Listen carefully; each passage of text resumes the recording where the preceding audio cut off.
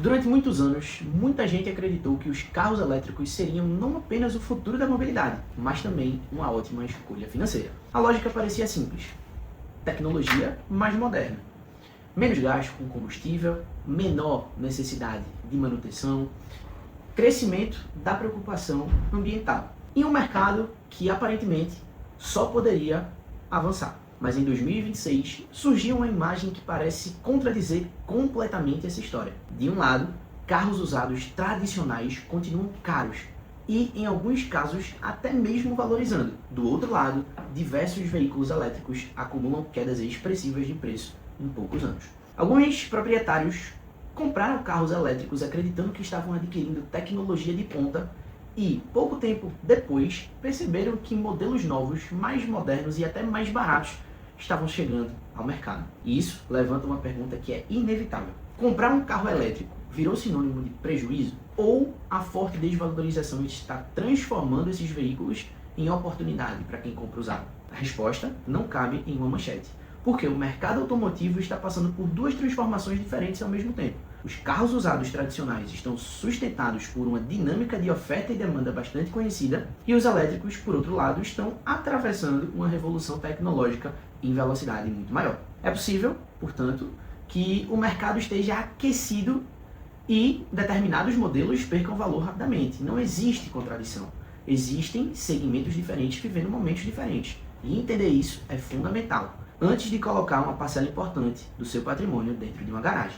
O primeiro fenômeno está no mercado de usados tradicionais. Mesmo sendo bens naturalmente depreciáveis, muitos veículos continuam resistindo à queda de preço. Isso parece estranho, porque carro, em regra, perde valor com o tempo. Você compra novo, sai da concessionária, começa a usar, o veículo envelhece e o preço deveria cair. Mas preços não dependem apenas da idade de um produto. Eles também dependem de oferta, demanda, custo de reposição e disponibilidade. Quando os carros novos eles ficam muito caros, parte dos consumidores migra para os usados. Só que, quando muita gente procura os mesmos veículos, os preços encontram sustentação. O carro usado ele deixa de competir apenas com outros carros usados e passa a competir com um carro novo que, para muitas famílias, ficou financeiramente mais distante. Então imagine uma pessoa que gostaria de comprar um modelo 0 km por 120 mil. Ao perceber que o financiamento ficou caro ou que o preço ultrapassou a capacidade financeira, ela começa a procurar um seminovo de 85 mil ou 90 mil. Milhares de consumidores fazendo o mesmo movimento aumenta a procura por usados. Se a oferta de seminovos não cresce na mesma velocidade, o preço ele permanece elevado. É a velha lógica econômica: oferta restrita, demanda forte, preço resistente. Por isso, mesmo sendo um bem depreciável, alguns carros usados eles continuam protegidos pela dinâmica do mercado. Não significa que estejam se transformando em investimentos. Significa apenas que estão perdendo valor mais lentamente ou sendo negociados por preços elevados em razão à escassez momentânea. Essa diferença é importante. Valorização de curto prazo não transforma automaticamente automóvel em ativo gerador de riqueza. Um carro ainda exige seguro, ainda exige manutenção, impostos, combustível, estacionamento, reparos e sofre desgaste. Por mais que o preço de tabela suba, existe um custo permanente de propriedade. Enquanto os modelos tradicionais são sustentados por uma estrutura conhecida, os elétricos eles enfrentam um tipo diferente de pressão. Pense no mercado de celulares. Um aparelho lançado há 3 anos pode continuar funcionando perfeitamente, mas sua câmera ficou ultrapassada. O processador ele vai parecer muito mais lento, a bateria entrega menos autonomia, e um modelo novo, mais eficiente e talvez até mais barato chega ao mercado. O carro elétrico está começando a viver algo parecido. Não porque tenha se transformado em um celular sobre rodas, mas porque uma parte relevante de seu valor está diretamente ligada à tecnologia, ligada à autonomia, velocidade de carregamento, eficiência de bateria, software, recursos de assistência ao motorista, conectividade. Cada nova geração pode trazer melhorias perceptíveis e isso reduz rapidamente a atratividade de alguns modelos anteriores. O maior concorrente de um carro elétrico usado pode não ser outro usado, pode ser um modelo novo, um modelo mais moderno, com maior autonomia, com preço agressivo. E essa dinâmica é muito diferente daquela observada em vários carros a combustão. Um motor tradicional, de alguns anos atrás, pode continuar entregando uma experiência muito parecida com a de um modelo atual. Já em um carro elétrico, não. Uma evolução relevante na bateria ou na recarga pode atrapalhar completamente a percepção de valor. A chegada constante de novos modelos aumenta essa pressão. Novas marcas estão entrando no mercado, montadoras tradicionais aceleram seus lançamentos, fabricantes asiáticos disputam espaço com preços competitivos, versões mais completas surgem rapidamente e a competição pelo consumidor aumenta. Quando uma montadora ela reduz o preço de um modelo novo, não afeta apenas quem está na concessionária, afeta também todos os proprietários daquele carro no mercado de usados. Então imagine alguém que comprou um elétrico por 180 mil. 2 anos depois, uma nova versão aparece por 150 mil, com mais autonomia e equipamentos melhores. Quanto o consumidor estará disposto a pagar pelo usado? Provavelmente bem menos do que o antigo proprietário esperava. Não porque o carro deixou de funcionar, mas porque a referência do preço ela agora é outra, ela mudou. A desvalorização, nesse caso, não nasce apenas do desgaste, nasce da inovação e da concorrência. A bateria também ocupa um espaço enorme nessa discussão.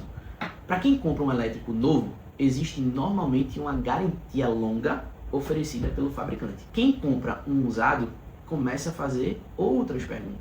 Qual é o estado da bateria? Quanto da capacidade original ainda existe? Quanto tempo de garantia permanece? Como o carro ele foi carregado?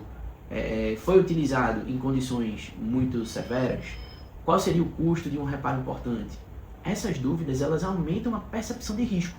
Mesmo que a bateria ainda esteja em boas condições, o comprador ele pode exigir um desconto como compensação pela incerteza. É semelhante ao que acontece com outros bens usados. Quando o comprador ele não consegue avaliar facilmente a qualidade, ele tenta se proteger oferecendo menos. A falta de informação padronizada sobre a saúde das baterias pode dificultar a precificação. No futuro, testes e certificados mais acessíveis podem reduzir esse problema. Por enquanto, essa incerteza pesa sobre determinados modelos. A infraestrutura da recarga também influencia a revenda. Para alguém que mora em uma casa e consegue instalar um carregador, o elétrico pode ser extremamente conveniente. A pessoa chega em casa, conecta o veículo e começa o dia seguinte já com a bateria carregada. Para quem vive em um condomínio sem infraestrutura adequada, a experiência ela pode ser diferente. É necessário ali negociar a instalação, utilizar carregadores públicos, planejar deslocamentos, acompanhar disponibilidade. Quem costuma viajar por regiões com poucos pontos de recarga precisa considerar autonomia, rotas e tempo. Essas limitações reduzem o número de compradores interessados em determinados veículos. E quanto menor o universo de possibilidades, menor tende a ser a liquidez na revenda. Um modelo popular a combustão pode ser vendido para uma quantidade enorme de pessoas. Um elétrico específico pode atender perfeitamente a um perfil urbano, mas não fazer sentido para quem percorre grandes distâncias ou que não possui onde carregar. O produto pode ser excelente, o mercado de revenda, porém, vai continuar bem mais restrito. E nada disso significa que carro elétrico seja necessariamente um mau negócio. Essas conclusões seriam tão simplistas quanto dizer que qualquer elétrico é uma escolha superior. Tudo depende do objetivo para quem compra pensando em utilização diária, por exemplo. O custo operacional pode ser bastante atraente. A energia utilizada no carregamento pode custar menos do que o combustível equivalente. O motor elétrico possui menos componentes móveis. Algumas manutenções tradicionais deixam de existir. Não há troca de óleo do motor, por exemplo. Não existe o mesmo sistema de escapamento. A condução costuma ser silenciosa, a aceleração pode ser mais imediata. Para determinadas rotinas urbanas, a experiência é excelente. Uma pessoa que percorre muitos quilômetros diariamente e consegue carregar o veículo em casa, pode obter uma economia relevante durante os anos de uso, por exemplo. Nesse caso, uma desvalorização maior pode ser parcialmente compensada pelo custo operacional menor. Mas essa conta ela precisa ser realizada e não através de estimativas, não presumida. Para quem troca de veículo a cada 2 anos, a revenda ela pesa muito. Para quem pretende utilizar o mesmo carro durante 8 ou 10 anos, a desvalorização inicial pode ter uma importância menor. Um carro ele pode ser excelente para dirigir e, ao mesmo tempo, não ser a melhor escolha pensando na revenda. Essa distinção deveria orientar muitas decisões. O melhor automóvel para sua rotina não precisa ser o automóvel com maior retenção de valor. E o veículo que melhor preserva preço pode não ser o mais econômico ou prazeroso para utilizar. O problema ele aparece quando o consumidor ele compra pensando em uma coisa e descobre outra depois.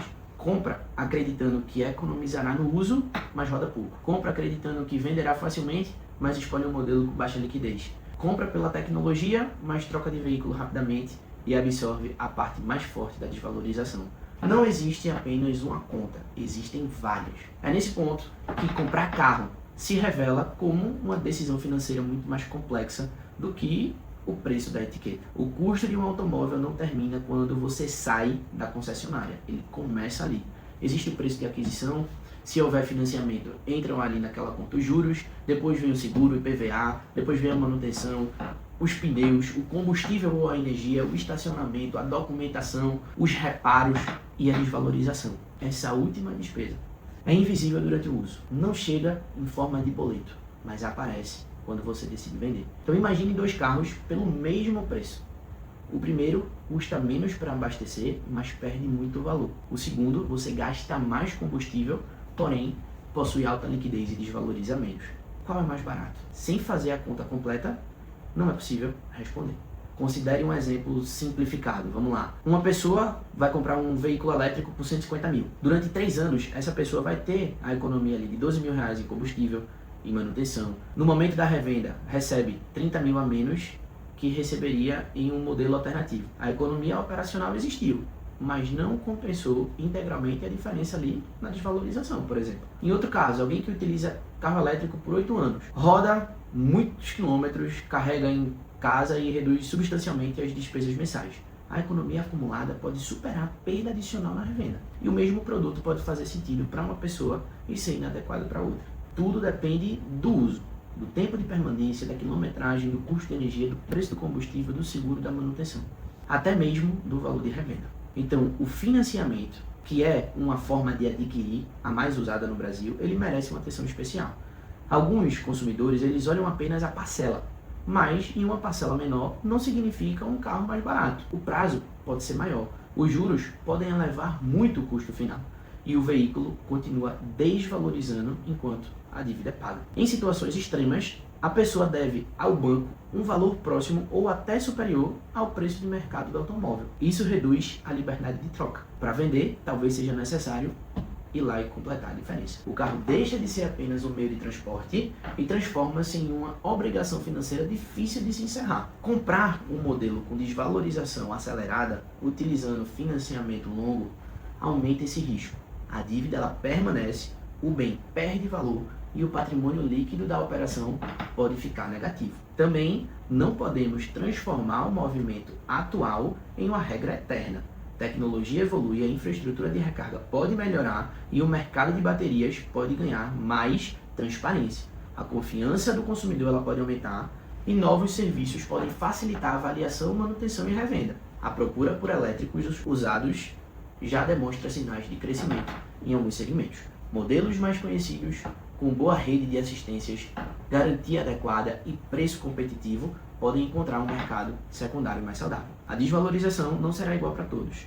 Marca importa, modelo importa, preço inicial importa, autonomia importa, garantia importa. Rede de atendimento importa, a reputação do fabricante importa e colocar todos os elétricos na mesma categoria vai produzir análises ruins. Assim como não faz sentido tratar todos os carros a combustão como excelentes na revenda. Existem modelos tradicionais que também perdem valor rapidamente. E nos próximos anos, o mercado provavelmente continuará separando vencedores e perdedores. Alguns elétricos antigos podem sofrer pressão conforme novas tecnologias elas chegam.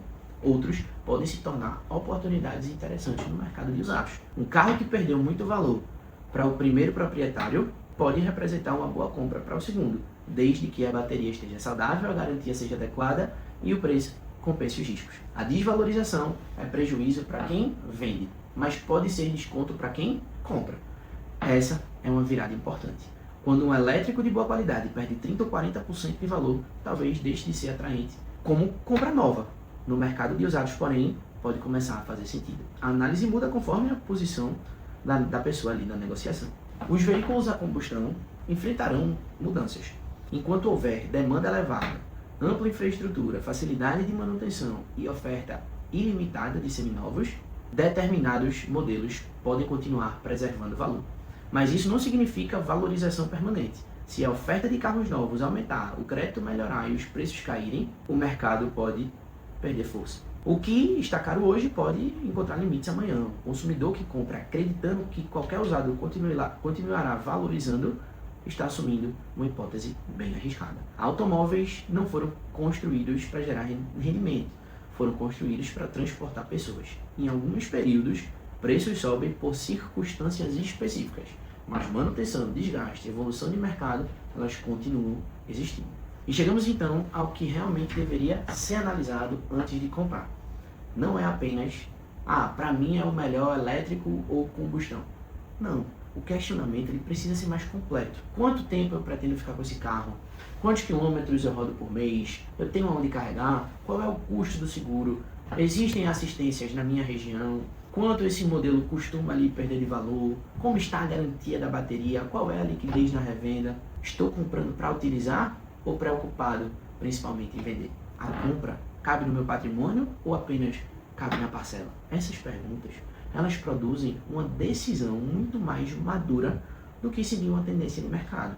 A tecnologia elétrica provavelmente ocupa um espaço cada vez maior no mercado, mas isso não transforma todos os modelos atuais em boas compras. Também não transforma carros a combustão em escolhas automaticamente superiores.